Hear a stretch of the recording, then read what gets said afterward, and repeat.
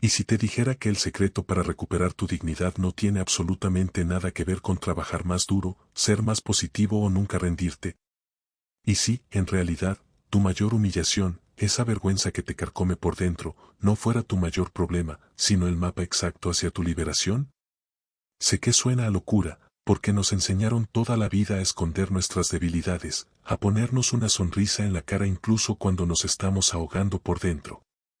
Yo conozco esa sonrisa. Sé lo que es sentirse un fracaso para tu familia, el dolor de estar siempre a punto de lograrlo, de tener la dignidad herida por cosas que parecen estar fuera de tu control. Y por eso no estoy aquí para darte 5 consejos motivacionales que no funcionan. Te voy a mostrar el proceso paso a paso que me sacó del fondo del abismo y me dio una paz y un sentido de valía que ningún dinero, en toda mi vida, jamás pudo comprar. Todo lo que crees sobre el éxito y el fracaso está a punto de voltearse de cabeza.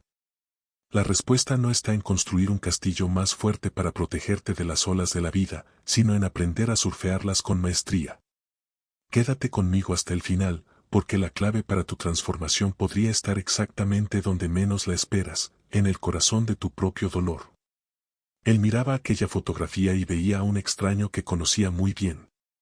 Estaba allí, en medio de todos, con una sonrisa forzada en el rostro, casi como una máscara. Era un intento desesperado de proyectar una imagen de éxito, de transmitir el mensaje de que tenía todo absolutamente bajo control.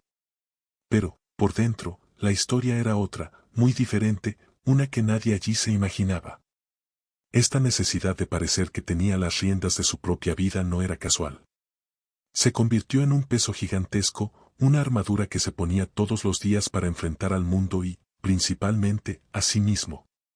Sentía que se estaba ahogando en silencio, en un mar de expectativas que apenas podía comprender.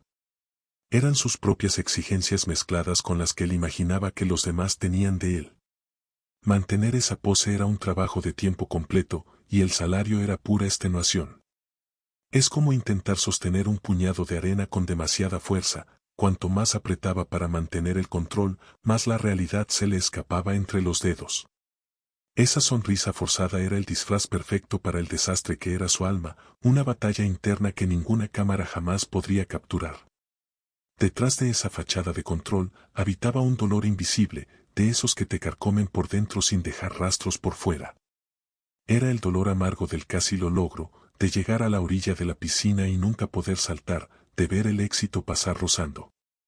Cada oportunidad perdida, cada proyecto que no despegaba, era como un pequeño corte en su dignidad, un sutil recordatorio de que algo faltaba, que bloqueaba su camino. Este sentimiento se transformaba en una profunda sensación de fracaso, que resonaba en todos los rincones de su vida. Se sentía un impostor, especialmente frente a su familia, aquellas personas a quienes más quería darles orgullo. Con cada cuenta que no cuadraba, con cada mirada de preocupación que recibía, la humillación parecía gritar más fuerte dentro de él, ahogando cualquier rastro de autoconfianza que aún pudiera existir. Lo más cruel de este dolor es que es solitario. Para todo el mundo, su vida parecía normal, tal vez con uno que otro tropiezo, pero nada fuera de lo común. Nadie veía el peso que cargaba sobre sus hombros, la lucha diaria para simplemente no desmoronarse. Era una herida que no sangraba, pero que dolía con cada respiración, con cada nuevo amanecer que traía consigo la misma pregunta silenciosa, ¿en qué me equivoqué? Y como si no bastara la batalla interna, estaba el coro de los positivos afuera, siempre con la misma receta. Eran amigos, familiares, conocidos, todos con buenas intenciones, claro, con esa famosa palmadita en la espalda. Frases como solo tienes que trabajar más duro o tienes que ser más positivo resonaban como un eco constante en sus oídos. No se imaginaban que él ya estaba exhausto de intentar justamente eso, todos los días. El gran problema, fíjate, no era pereza o falta de esfuerzo. Él era la personificación del trabajo duro, el primero en llegar y el último en irse de cualquier batalla. Era como un hámster corriendo sin parar en una ruedita, sudando, esforzándose al máximo, pero sin avanzar. Decirle a él trabaja más era lo mismo que decirle a alguien que se está ahogando nada con más ganas. La fuerza la tenía, lo que le faltaba era la dirección, un suelo firme donde pisar. Esa disonancia entre lo que oía y lo que sentía creaba un abismo aún mayor de soledad. Lo hacía sentir un completo alienígena, el único en el mundo que no lograba hacer que la fórmula mágica de esfuerzo más positividad funcionara. Toda esa presión lo estaba empujando hacia una encrucijada peligrosa, un punto de ruptura donde sentía que necesitaba hacer algo drástico. Una apuesta grande para probarse a sí mismo que el problema no era la falta de empeño. Y entonces, en esa encrucijada, hizo la apuesta más grande de su vida. Juntó cada centavo que tenía, los ahorros de años de sudor, y se lanzó de cabeza al sueño de un negocio propio. Era su gran respuesta al mundo, la prueba viviente de que no le tenía miedo a trabajar duro y que, de una vez por todas, le daría la vuelta al juego. Había una llama de esperanza allí, una convicción casi ciega de que esa idea era su boleto de salida de ese hoyo. Fueron meses de dedicación total, noches sin dormir, sacrificios que nadie supo. Construyó su proyecto con el cuidado de un artesano, creyendo en cada detalle, en cada coma del plan. Pero la realidad, amigo, es un juez implacable que no se impresiona fácilmente con las buenas intenciones. El mercado no reaccionó, el timón estaba mal y la estructura, que parecía tan sólida en el papel, simplemente se desmoronó como un castillo de naipes. El resultado fue devastador. No solo estaba de vuelta en el punto de partida, estaba en terreno negativo, más quebrado que nunca. La quiebra no fue solo financiera, fue una quiebra de espíritu, que se llevó consigo la poca autoestima que le quedaba. La humillación, que antes era una sombra, ahora era una presencia física, pesada. Y fue allí, en el fondo del pozo, donde su mirada comenzó a fijarse en aquellos que parecían tenerlo todo. Y con ese sentimiento de derrota, eligió a sus nuevos héroes, o más bien, a sus falsos ídolos. Eran los rostros que veía en las portadas de revistas, los emprendedores exitosos, aquellas personas que parecían flotar por la vida sin el menor esfuerzo. Comenzó a consumir sus vidas como si fuera una película, creyendo ciegamente en ese guión de perfección y felicidad inquebrantable. En su cabeza, la cuenta bancaria llena era el pasaporte a un mundo donde la humillación no podía entrar. Esa fijación por el dinero no era por lujos o avaricia, ¿entiendes? Era algo mucho más profundo. Para él, el dinero se había convertido en sinónimo de dignidad, la armadura que lo protegería de futuros fracasos y miradas de lástima. Creía, con todas sus fuerzas, que si fuera rico, ese sentimiento de ser pequeño, de ser un casi lo logro, simplemente desaparecería como por arte de magia. El dinero, en su mente, le compraría de vuelta el respeto que sentía haber perdido. Lo que no se daba cuenta, sin embargo, era que estaba construyendo un altar para un ídolo de barro. Puso la solución a todos sus problemas internos en algo completamente externo, en una meta material. Esta búsqueda se convirtió en su nueva obsesión, la única luz que lograba ver al final del túnel. Estaba tan enfocado en construir un castillo de oro para protegerse de las olas, que no se detuvo a pensar en la verdadera fuerza de la marea. Fue en ese periodo de búsqueda de respuestas externas que una imagen muy poderosa se formó en su mente, con una claridad asombrosa. De repente, lo entendió, su vida era exactamente como construir un castillo de arena en la orilla de la playa. Era una metáfora simple, casi infantil, pero que resumía perfectamente su agotadora y repetitiva jornada hasta ese momento. Por fin tenía un nombre, una figura, para ese sentimiento de luchar tanto por algo que estaba destinado a derrumbarse. Cada proyecto, cada sonrisa forzada, cada intento de parecer exitoso era un montículo de arena que él moldeaba con un esfuerzo sobrehumano. Podía pasar días fortaleciendo las murallas, cavando un foso, haciendo la torre más alta y perfecta que pudiera. Pero, invariablemente, la marea subía. La ola de la próxima humillación, del próximo fracaso o del próximo casi, venía sin pedir permiso y, con una fuerza indiferente, se llevaba todo. Esa constatación fue, al principio, un golpe en el estómago. Era la materialización de la futilidad, la prueba de que todo su esfuerzo no valía de nada contra las fuerzas de la vida. Se sintió un tonto, empecinado en una construcción que ya nacía condenada al fracaso, un ciclo sin fin de construir y ver todo ser destruido. Y fue en medio de esa desesperación que una pequeña rendija de luz surgió, disfrazada de una pregunta muy, muy incómoda. Y fue allí, sentado sobre los escombros de su castillo de arena imaginario, que la pregunta finalmente llegó. No fue un pensamiento elaborado, sino un susurro del alma, una epifanía nacida del agotamiento. ¿Y si la solución no fuera construir un castillo más fuerte, sino aprender a surfear la ola?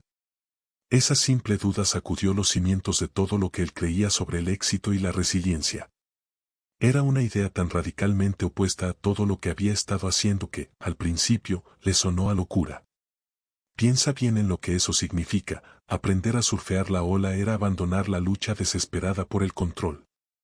Era aceptar que las olas de dificultad vendrían de todos modos, y que tal vez hubiera una manera de usar su ímpetu a tu favor, en lugar de ser destruido. Esta perspectiva cambiaba todo, pues el fracaso dejaba de ser un certificado de incompetencia para convertirse en simplemente una ola.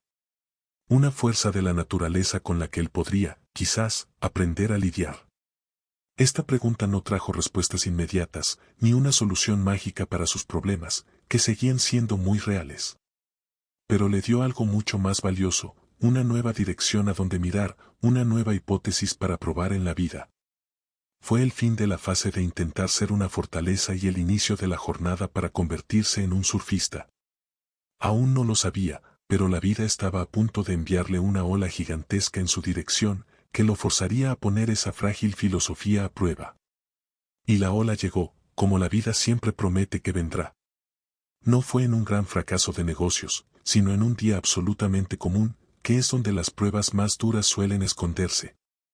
Fue un error tonto, de esos que cualquiera comete, un lapsus en una presentación, algo trivial, casi infantil.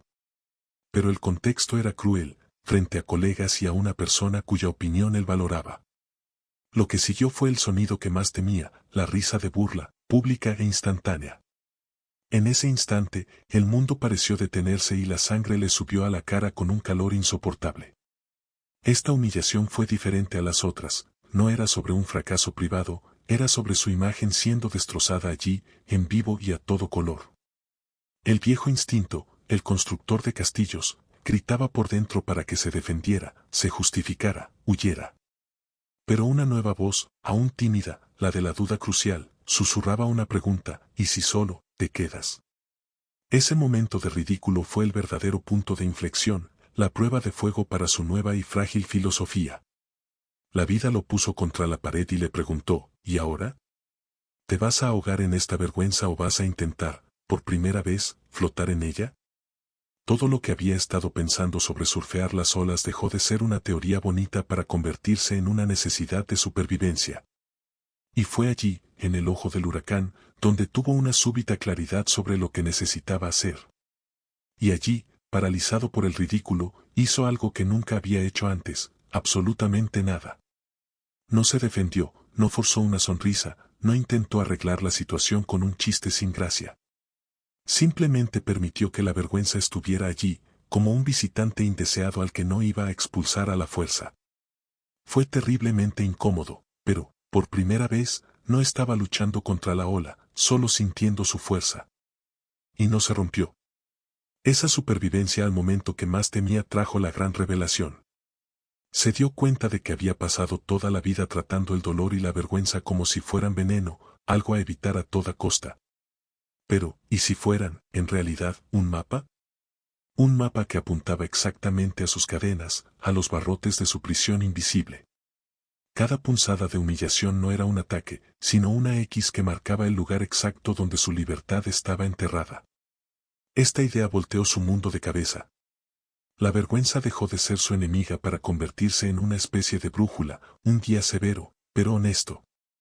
Entendió que abrazar el dolor no significaba que le gustara, sino tener el valor de leer las instrucciones que le daba sobre sí mismo.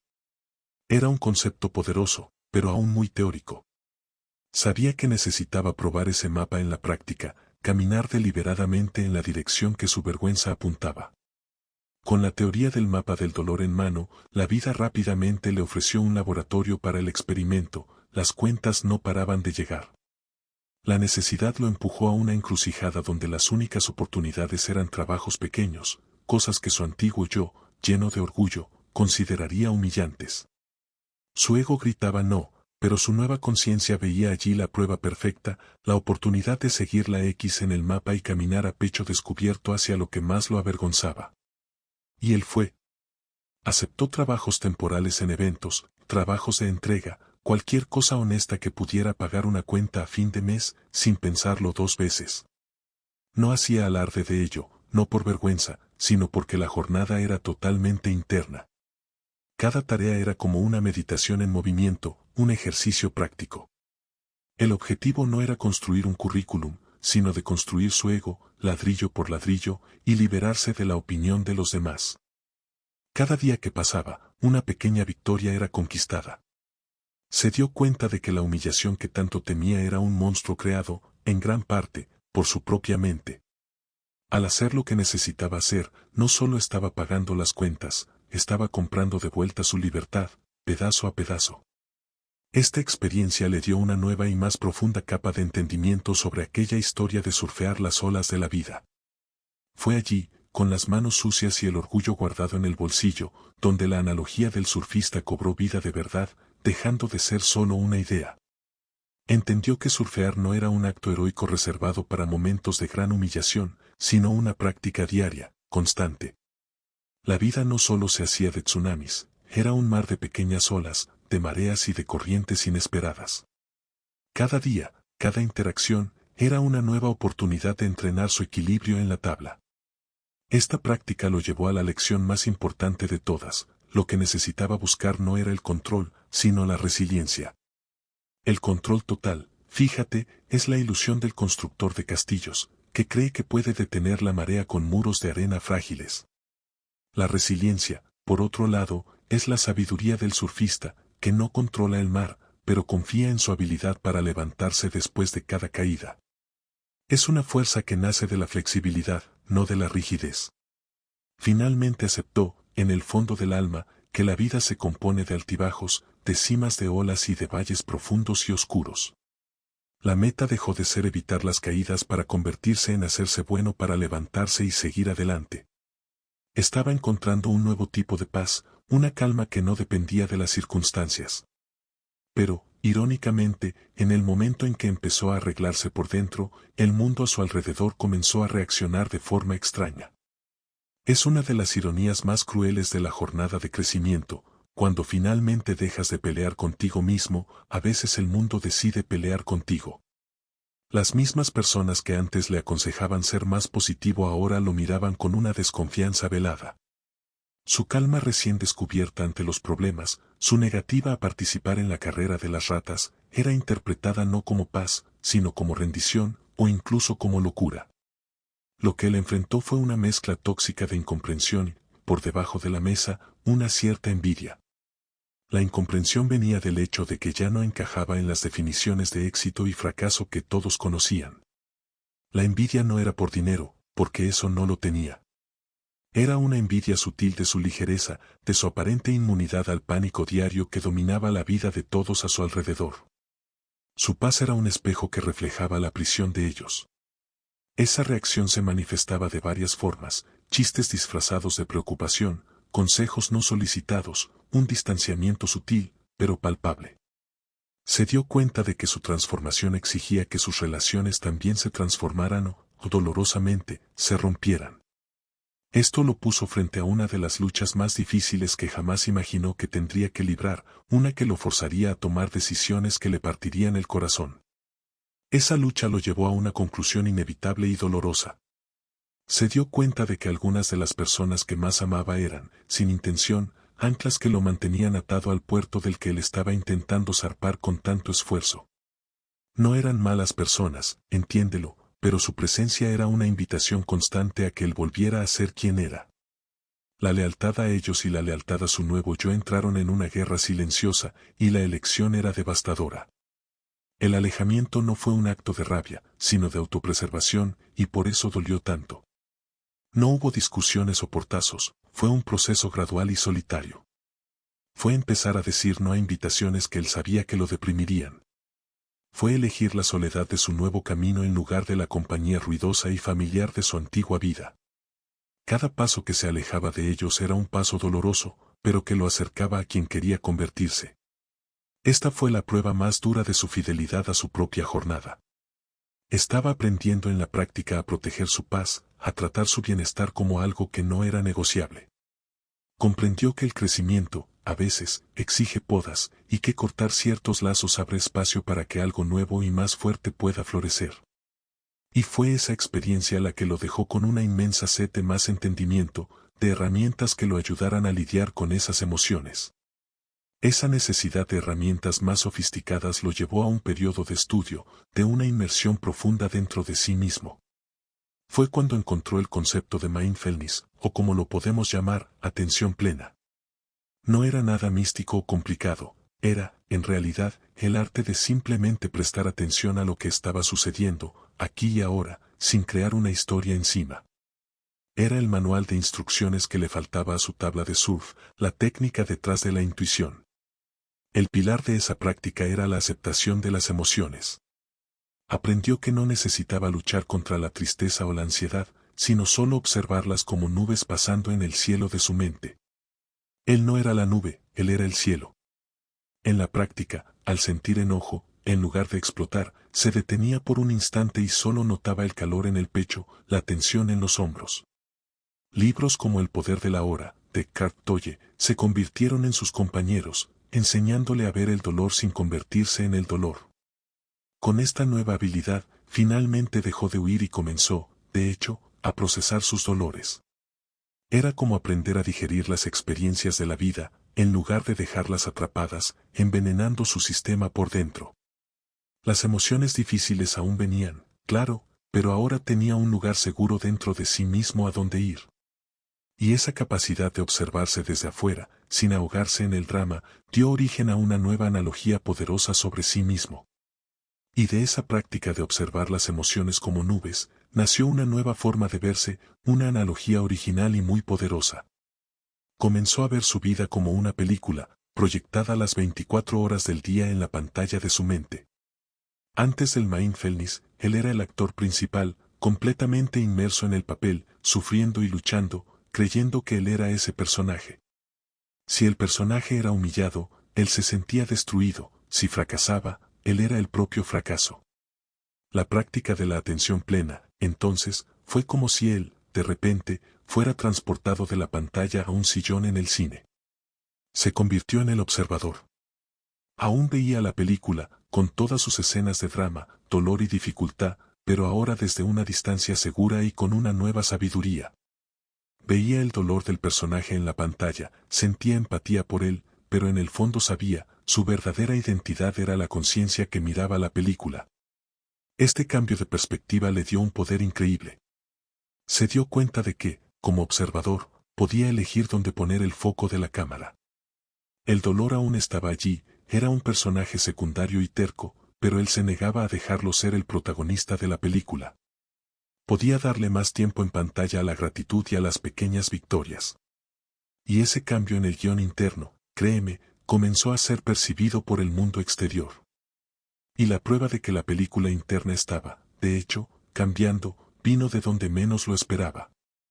Un día, el teléfono sonó y era un antiguo jefe, una figura de autoridad de su pasado de lucha y sonrisas forzadas. Su corazón se heló por un instante, ya preparándose para algún tipo de crítica o reclamo sobre algo antiguo. Fue a la conversación con la guardia alta, pero lo que escuchó lo desarmó por completo. No era sobre trabajo, era sobre la vida. El antiguo jefe dijo que había oído hablar de él por un conocido y que sentía curiosidad. No elogió un nuevo puesto, un coche o cualquier símbolo de estatus. Las palabras que usó fueron calma, centrado, una nueva energía.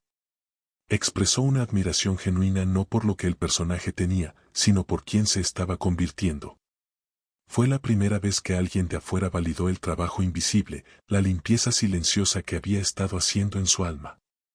Ese feedback fue como un bálsamo, una confirmación poderosa de que el camino, por más solitario que pareciera, era el correcto. No sirvió para inflar su ego, sino para nutrir su convicción, dándole un nuevo impulso para seguir remando. La admiración proveniente de alguien que conoció su versión castillo de arena era la prueba de que la transformación era real, visible a simple vista. Y ese elogio inesperado era solo el comienzo de una nueva fase. Si el elogio del jefe fue una lluvia fina y bienvenida, lo que vino después fue una tormenta de validación. Llegó en forma de un correo electrónico, con un remitente que no veía desde hacía años, un antiguo mentor. Era alguien a quien él admiraba profundamente en el pasado, pero que, en su momento, lo había desestimado, tratándolo con una indiferencia que le dolía. Ver ese nombre en su bandeja de entrada fue un susto, un viaje en el tiempo a su antigua versión, que se sentía pequeña e invisible. El contenido del mensaje fue aún más impactante. No era un hola casual, era una petición de ayuda. Aquel hombre, que un día representó la cima de la montaña que él no podía escalar, le estaba pidiendo consejos sobre un nuevo proyecto. Lo más increíble es que no quería saber de contactos o dinero, quería su perspectiva, su visión del mundo. En ese momento, el juego cambió de una forma que jamás podría haber imaginado en sus sueños más locos. La sensación no fue de venganza o de te lo dije, sino de una paz profunda, de una alineación cósmica. Era la prueba final de que el camino más difícil, el de adentro hacia afuera, era el que generaba los resultados más impresionantes. Dejó de mendigar por aprobación y, como resultado, las personas ahora venían a buscar su sabiduría. Ese correo electrónico fue un hito, un letrero en el camino que decía, en letras enormes, no hay marcha atrás. Y entonces el universo, como si quisiera probar la seriedad de su transformación, le envió la tentación definitiva. Surgió una propuesta de trabajo de esas que su antiguo yo vendería el alma para conseguir, un excelente sueldo, un puesto de prestigio, la seguridad que nunca tuvo. Era el billete dorado de vuelta al juego, la oportunidad de construir, por fin, un castillo de ladrillos en lugar de arena. Por un instante, la vieja y seductora canción de la seguridad sonó en sus oídos. Pero él ya no era el mismo hombre. Vio la propuesta y logró ver más allá del dinero. Vio las horas interminables, la política corporativa, la necesidad de volver a usar la máscara del todo bajo control. Lo puso en una balanza, de un lado, la seguridad financiera, del otro, su paz mental, la libertad de ser quien era. Y, por primera vez en su vida, la paz pesó mucho más. Entendió que ningún cheque valía el precio de volver a la prisión. Rechazar esa oferta fue el sí más poderoso que jamás se haya dicho a sí mismo. Fue el acto de quemar el puente con su pasado, de forma consciente y definitiva. Ese fue su punto de no retorno, pues eligió la incertidumbre del océano en lugar de la seguridad de la jaula dorada. Ya no necesitaba muros. Esta decisión lo hizo enfocarse aún más en las prácticas diarias que lo mantenían verdaderamente rico por dentro. Y una de esas prácticas diarias que lo mantenían anclado era de una simplicidad casi banal, pero con un poder transformador, el diario de la gratitud. No era nada elaborado, solo un cuadernito viejo y una pluma. La regla era clara e innegociable, todos los días, antes de dormir, tenía que escribir una sola cosa pequeña por la que estuviera genuinamente agradecido. Era su entrenamiento diario para el músculo de la esperanza, enseñando a su mente a buscar la luz, incluso en la más completa oscuridad. El secreto estaba en lo pequeño. No escribía sobre grandes logros, sino sobre la taza de café caliente que lo calentó por la mañana. Anotaba cosas como la sonrisa de un extraño en la calle, la canción que sonó en la radio y le hizo recordar algo bueno o el simple hecho de tener una cama para dormir.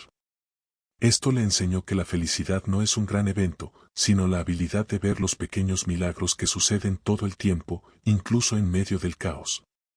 Esta práctica, hecha con consistencia, comenzó a cambiar la química de su cerebro. Se convirtió, por hábito, en un cazador de cosas buenas. El diario era su prueba concreta de que ningún día era una pérdida total, que siempre había una rendija de luz a la que aferrarse. Esta era su herramienta para cultivar lo positivo, para regar la semilla de la esperanza.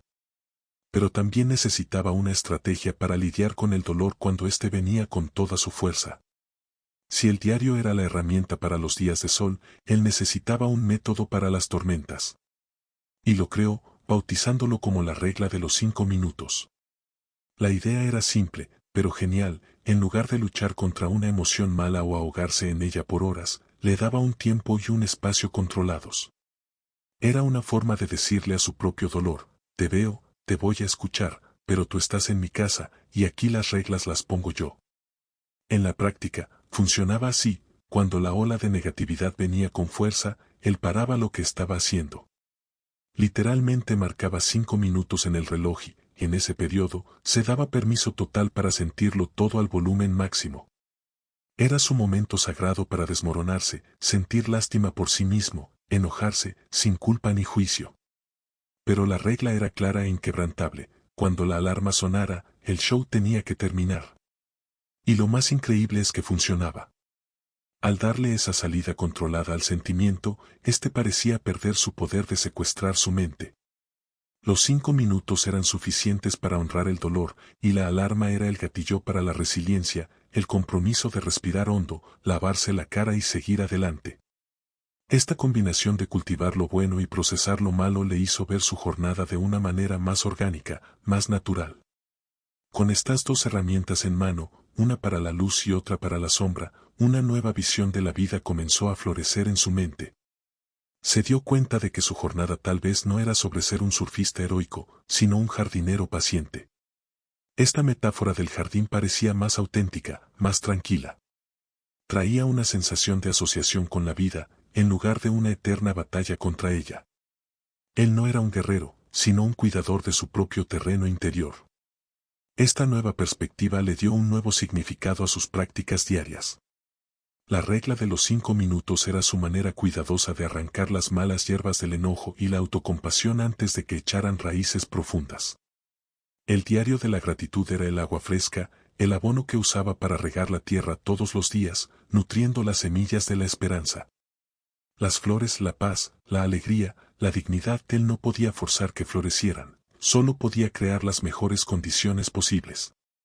Y la parte más difícil y, al mismo tiempo, más liberadora de esta filosofía era la final: esperar a que la naturaleza hiciera su trabajo. Era la aceptación profunda de que él no controlaba el resultado, ni el tiempo que las cosas tardan en suceder. Esto lo libró de una ansiedad tremenda, el afán de llegar a la meta que lo atormentó toda la vida. Se sentía en paz, casi como si hubiera descifrado el código. Pero es justamente ahí donde se esconde la trampa más peligrosa. Y la trampa, amigo, era el orgullo espiritual, y cayó en ella de lleno. Se sintió tan satisfecho con su victoria sobre el sufrimiento, que empezó a sentirse especial, diferente a los demás. El ego, que pensaba haber dominado, solo se cambió de ropa, se puso el manto del sabio y volvió más fuerte y sutil que nunca. Miraba a las personas aún atrapadas en sus dramas, y en lugar de compasión, sentía una secreta y peligrosa superioridad. Esta arrogancia sutil lo convirtió en un pésimo amigo y en un familiar distante. Se alejó, no físicamente, sino emocionalmente, de quienes más le importaban en su vida. Perdió la paciencia ante las preocupaciones mundanas de quienes amaba, juzgándolas como pequeñas o innecesarias. En lugar de ofrecer un hombro, ofrecía un sermón no solicitado, un manual de instrucciones para la iluminación que solo él parecía tener. La realidad le pegó cuando se dio cuenta de una profunda soledad, que ninguna paz interior lograba llenar. Se dio cuenta de que de nada servía tener el jardín más florido del mundo si lo había cercado con un muro demasiado alto. Fue un error doloroso, un patinazo feo en medio del camino, que lo forzó a enfrentar su propia sombra una vez más. Y fue esa caída del pedestal que él mismo construyó la que le enseñó la lección más valiosa de todas. Y la caída de ese pedestal dolió, pero fue el dolor más necesario de su jornada. Al verse cometiendo el feo error de la arrogancia, fue forzado a enfrentar la cruda verdad. La jornada no era una escalera que lo llevaría a un nivel superior al de la humanidad, donde estaría inmune a las fallas. Él seguía siendo humano, todavía era susceptible al ego, y esa constatación fue la puerta de entrada a la verdadera humildad, la de verdad. Fue ahí donde aprendió la lección que ataría a todas las demás. La verdadera victoria no es la ausencia de dolor o la eliminación de los errores, eso es una fantasía para niños. La verdadera victoria es la capacidad de levantarse después de cada caída, y la suya había sido fea con gracia. Tener gracia significaba admitir el error sin crucificarse, pedir disculpas a quienes había lastimado, y volver a cuidar del jardín con más sabiduría y menos orgullo. Esta humildad fue el cemento que unió todas las otras lecciones. Le enseñó a ser un surfista que respeta el mar, un observador que no juzga la película y un jardinero que sabe que es la naturaleza, y no él, quien hace el verdadero milagro. Con esta nueva base, su percepción sobre el futuro y el flujo de la vida cambió radicalmente. Dejó de preocuparse tanto por el destino y empezó a prestar más atención al viaje. Con la humildad sirviendo como el lecho, su vida comenzó a parecerse menos a un mar caótico y más a un río sereno. Dejó de intentar forzar un camino, de luchar contra la corriente para llegar a un destino que creía que quería. En lugar de eso, empezó a fluir, a seguir el curso natural de las cosas, confiando en que la vida tenía su propia inteligencia y sabiduría. Su nueva pregunta no era qué voy a lograr, sino más bien a dónde me está llevando la vida. ¿Y las piedras en el camino? ¿Los obstáculos, las dificultades? Aprendió a tratarlos como un río trata a una gran roca en su recorrido. El río no se detiene a pelear con la piedra, no gasta su preciosa energía intentando destruirla. Simplemente la rodea, se adapta y sigue su flujo, a menudo puliendo los bordes de la roca con su paso paciente. Cada problema se convirtió en una oportunidad para ejercitar su flexibilidad, no su fuerza bruta. Esta visión de futuro lo liberó de la tiranía de la planificación excesiva y de la ansiedad sobre qué sigue. Desarrolló una confianza profunda en que, si continuaba fluyendo con integridad, el río lo llevaría hasta el océano, hasta donde necesitaba llegar. Esto no era pasividad, sino una acción poderosa y alineada. Y esta nueva forma de navegar por la vida, con calma y confianza, comenzó a servir de faro para otras personas. Y la prueba final de que su río iba por el curso correcto llegó a través de un amigo. Un viejo compañero lo buscó, quebrado, sintiéndose humillado por un fracaso en los negocios, repitiendo el mismo guión de dolor que él conocía tan bien. Miró a los ojos de ese amigo y se vio a sí mismo años atrás, ahogándose en silencio con una sonrisa forzada en el rostro. Pero, esta vez, en lugar de la arrogancia del sabio, sintió una compasión profunda y genuina. No le dio un sermón. Simplemente se sentó y le contó su propia historia, la del castillo de arena, la del surfista y la del jardinero. Compartió las herramientas que lo salvaron, como la regla de los 5 minutos para lidiar con el pico de la vergüenza y el diario de la gratitud para encontrar luz en la oscuridad. No fue una conversación de mentor a aprendiz, sino de un náufrago rescatado mostrándole a otro cómo construir una balsa con los escombros. Y poco a poco, usando esas mismas herramientas, el amigo comenzó a encontrar su propio equilibrio, a surfear sus propias olas. Ver a otra persona sanando con su método fue la validación más real y poderosa de todas. Era la prueba social de que lo que él había aprendido no era solo una locura personal, sino un camino real.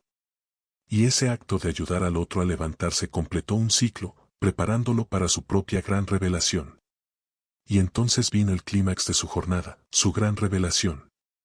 Y, en la mayor de las ironías, no involucró un cheque con muchos ceros o un negocio exitoso.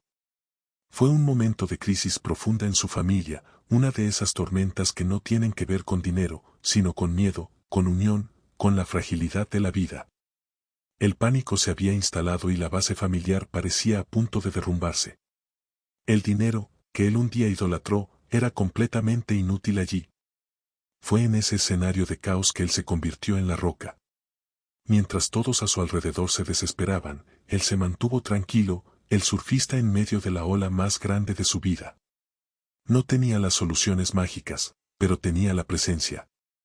Escuchó, acogió el dolor de todos, organizó los pensamientos y se convirtió en el centro de equilibrio que impedía que el barco volcara.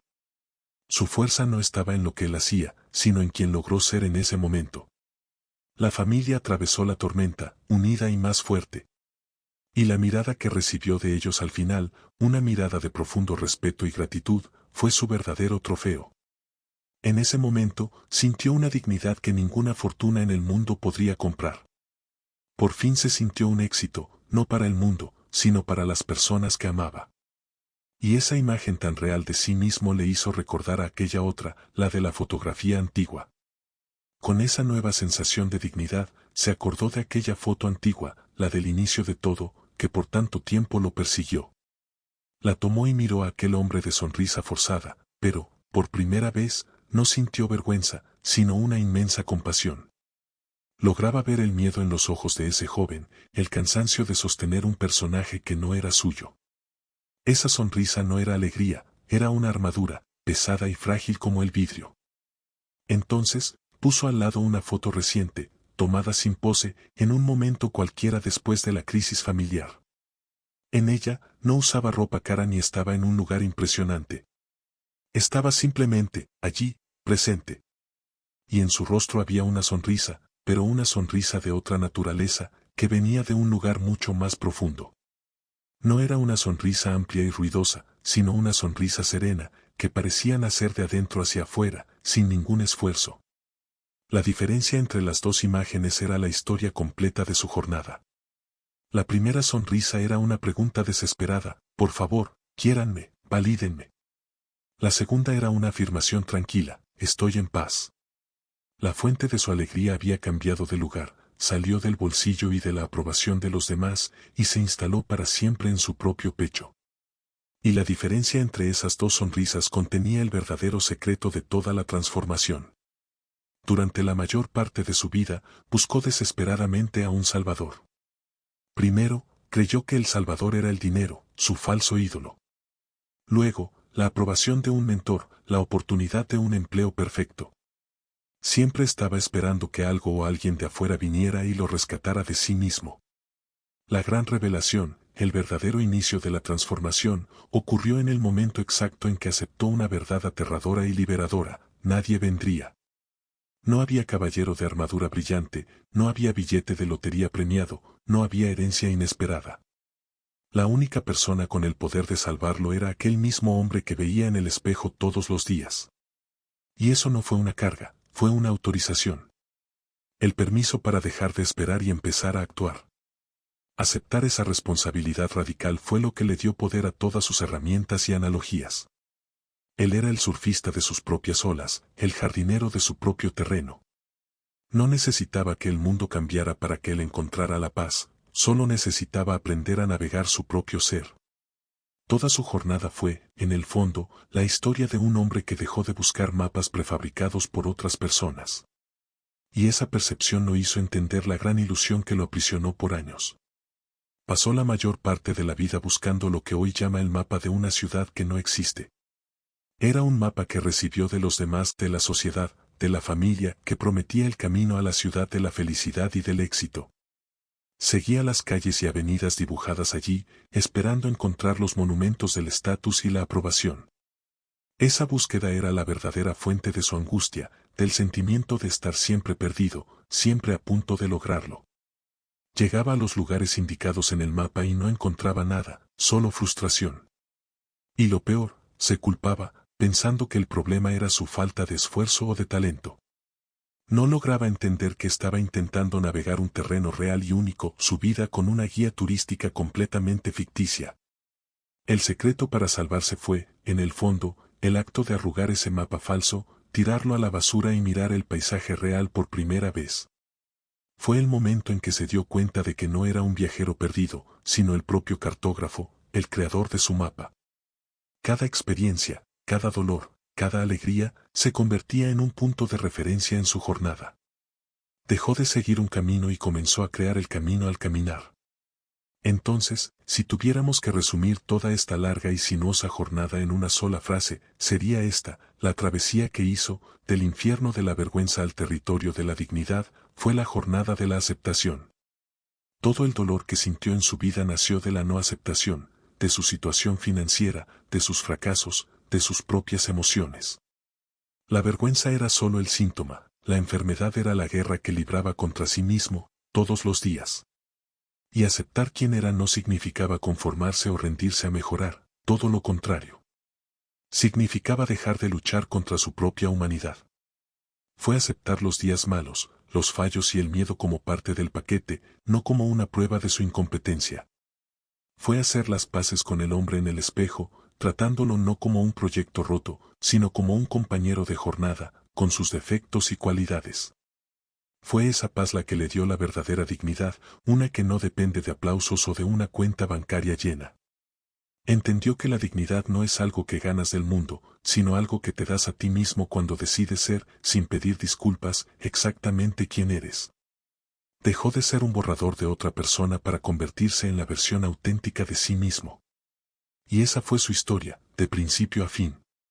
Y aquí estamos, al final de esta historia, que en realidad es la invitación al comienzo de la tuya. Todo este camino, desde aquella foto con la sonrisa forzada hasta la paz mental inquebrantable, sirve para probarte una única cosa: el poder para levantarte ya vive dentro de ti. Las herramientas no son complejas y el secreto no es inalcanzable. La jornada de la vergüenza a la dignidad es posible, y el primer paso es aceptar que eres el único cartógrafo capaz de dibujar tu propio mapa. Ahora, la pregunta es para ti: ¿qué castillo de arena estás exhausto de reconstruir todos los días? ¿Cuál es el mapa falso que te dieron y que sigues, incluso sabiendo que no te lleva a ningún lado? Deja aquí en los comentarios la principal lección que te llevaste hoy, porque tu reflexión puede ser la chispa que otra persona necesita. ¿Estás realmente listo para arrugar ese mapa y empezar a dibujar el tuyo? El cambio no empieza mañana, empieza con tu decisión, en este preciso momento. Si esta jornada resonó contigo y quieres seguir aprendiendo a crear tu propio mapa para la dignidad, suscríbete ahora al canal y activa las notificaciones para no perderte nada. La jornada es larga, y siempre es mejor cuando tenemos buena compañía. Vamos juntos.